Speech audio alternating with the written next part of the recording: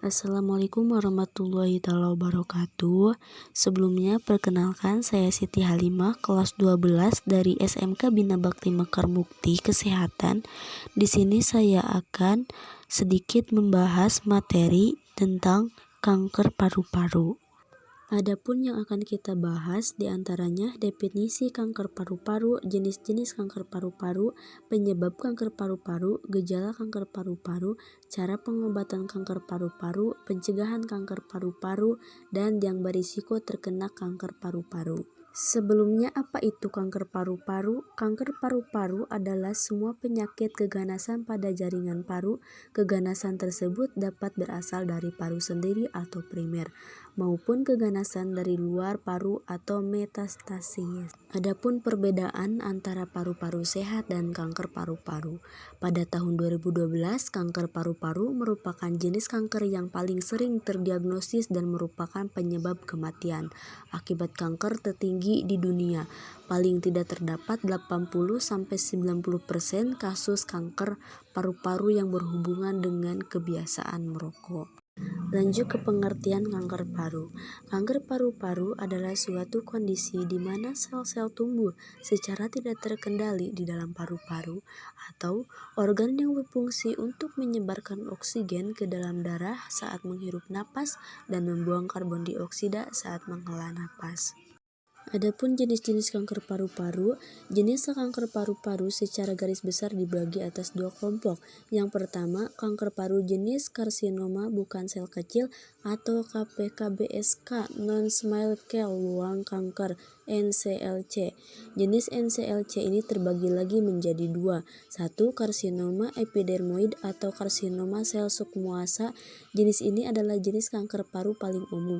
Hal ini berkembang dalam sel yang menggarisi saluran udara. Jenis kanker ini seringkali disebabkan karena rokok. Yang kedua, adenokarsinoma. Jenis ini berkembang dari sel-sel yang memproduksi lendir atau dahak pada permukaan saluran udara atau airwash. Jenis ini adalah jenis sel kanker terbanyak dan terutama pada perokok. Yang kedua adalah kanker paru jenis karsinoma sel kecil atau KPXK small cell lung cancer SCLC, merupakan 20% dari seluruh kanker paru yang bersifat lebih agresif tetapi sangat responsif dengan pengobatan. Lainnya adalah merupakan jenis yang jarang ditemukan, misalnya karsinoid, karsinoma bronchopalpeolar. Mesothelioma adalah jenis kanker yang menyerang mesotelium, yaitu membran tipis yang melapisi dada atau pleura dan abdomen atau peritoneum. Kadang terjadi pada orang-orang yang terekspos dengan asbestos. Penyebab kanker paru-paru adalah kondisi ketika sel ganas atau kanker terbentuk di paru-paru.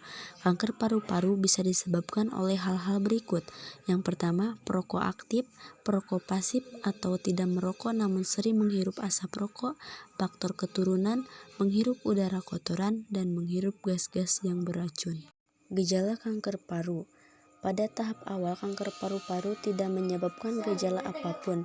Gejala hanya akan muncul ketika perkembangan kanker telah mencapai suatu tahap tertentu. Berikut gejala awal yang timbul.